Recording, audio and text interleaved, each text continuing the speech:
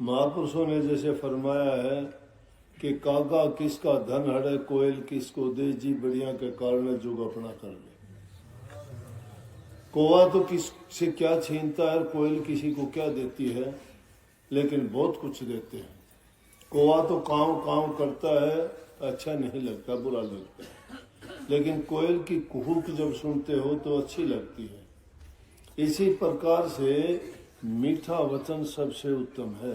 कड़वा वचन यूं समझो कि वो तो तीर के समान है, इंसान के हृदय के पार हो जाता है। तुलसी साहब ने कही है कि तुलसी मीठे वचन से सुख उपजे चहूं और वशीकरण एक मंत्र है, तजदे वचन कठोर। मीठा बोलना एक मंत्र है जिसको वशीकरण कहते हैं, कि वो ऐसा मंत्र है कि किसी को भी वो मंत्र सुना देता है तो उसके बस में हो जाता है। वो वशीकरण कुछ भी नहीं है। अगर तुम मीठा बोलते हो, अच्छा बोलते हो, सच्चा बोलते हो, तो दूसरे को वो खुशी देता है और उसके बदले में तुम्हें भी खुशी मिलती है। इसलिए जबान से किसी को बुरा ना बोलो, अच्छा बोलोगे।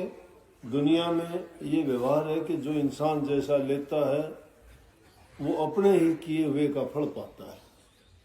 तुम्हें अच्छा व्यवहार जब मिलेगा तुम दूसरों से अच्छा करोगे। तुम्हें इज्जत सम्मान जब मिलेगा तुम दूसरों की इज्जत सम्मान करते हो।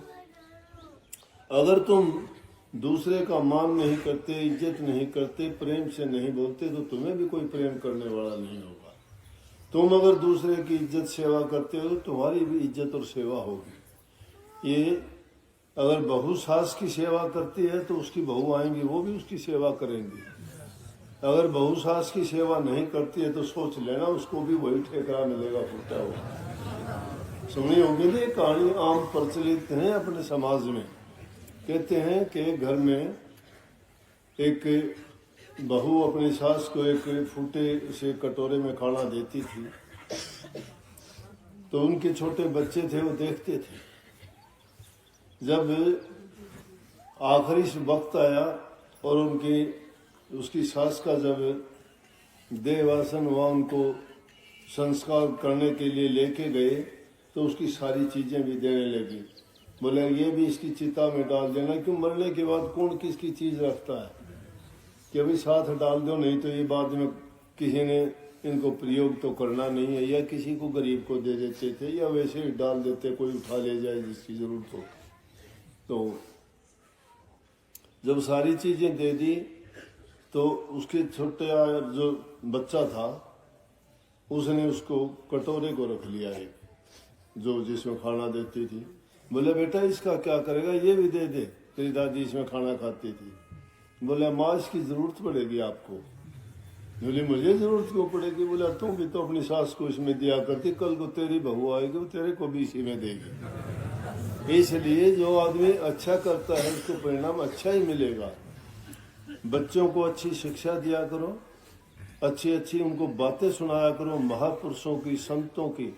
पुरानी हमारी गाथाएं बहुत हैं, महाभारत है, रामायण है, कितनी कितनी अच्छी कहानियां हैं। उनसे बच्चों का चरित्र का निर्माण होता है। अगर हम बच्चों को सही शिक्षा नहीं दे पाते हैं तो बच्चे भटक जाते हैं।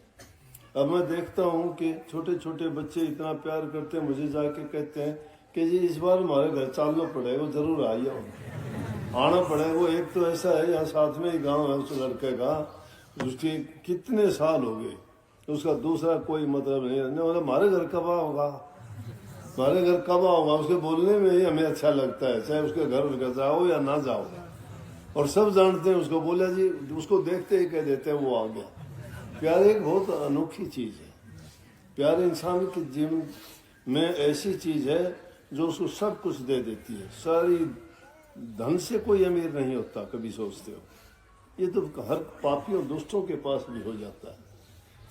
चरित्रवान और अच्छे और नेक इंसान मिलना बड़े मुश्किल है।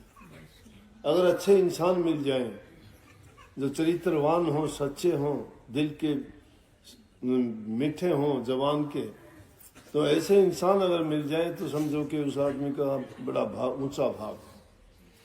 इसलिए हमें बच्चों को कोई चीज देने की जरूरत नहीं, उनके लिए धन इकट्ठा करने की जरूरत नहीं। ये ना सोचो उनके लिए बिल्डिंग कोठी महल बना दे, नहीं, गलत है। उनको अच्छी से अच्छी शिक्षा दे दो, अपने जीवन में वो सब कुछ कर लेंगे अपने आप। लेकिन अगर उनको अगर अच्छा चरित्रवान नहीं बनाया और उनको सही शिक्षा नहीं मिली, सही अच्छे संस्कार नहीं मिले, तो उनका जीवन चाहे कितने भी कोठियां दे देना, गहने रख देंगे, बेच देंगे जमीनों को, लोगों से कर्जा ले लेंगे, नाम को वंश को बदनाम कर देंगे। और जो चरित्रवान होगा वो तो क्या एक चीज का हजारों लाखों दूसरी बना देगा। हमारे शास्त्रों में कहा धन इकट्ठा करने की कपुत्र के लिए जरूरत नहीं है, और सपुत्र को धन की जरूरत ही नहीं है। कपुत्र तो उसको उड़ा देगा, जुआ खेलने में, उल्टे सीधे काम करने में, किसी नशे में लग जाएगा, झगड़े मुकदमों में पैसा लग जाएगा। लेकिन सुपात्र अगर होगा वो सारे के सारे अच्छे काम करेगा। इसलिए जो देने वाली शिक्षा है, बच्चों को अच्छी शिक्षा दो। आप सत्संगों में लेके आते हो, जवान बच्चे अभी से सीखते हैं। सत्संग में जाने से उस बुरी आदत की तरफ बिगड़ने का समय छोटे बच्चों का ही होता है। 12-14 साल के बच्चे संग बिगाड़ता है। बुरी संगति में ना बैठने दिया करो, उनको देखा करो कि वो किन बच्चों के साथ बैठता है, क्या सीखता है, क्या करता है। उनकी प्रवृत्ति खेल में लगाओ, सत्संगों में लगाओ, महापुरुषों की कहानियां सुनाओ, तो समझो कि तुमने उनका सब कुछ कर दिया। भक्ति मुश्किल नहीं है, भक्ति तो बहुत आसान है। चरित्रवान होना बड़ा मुश्किल है। अगर अच्छा चरित्र वाला इंसान होगा, भक्ति तो है उसके पास, सब कुछ है उसके पास। जिनके विचार पवित्र है, जो सत्य के रास्ते पर चलता है, सत्य ही परमात्मा है। क्यों बोलते हो मरता है जब इंसान, कि सत्य बोलेगा तो है। वो सत्य जिंदगी भर शुरू में ही सत्य बोला करो ना, गत अपने आप हो जाएगी। और अपने सब जानते हैं, सब बोलते हैं, अपने समाज में बोलते हैं ना, जब मुर्दे को लेके जाते हैं क्या कहते हैं, राम नाम सत्य है, सत्य बोलेगा है, सत्य बोलेगा है। तो सत्य को ही अपना लो, गति अपने आप हो जाएगी।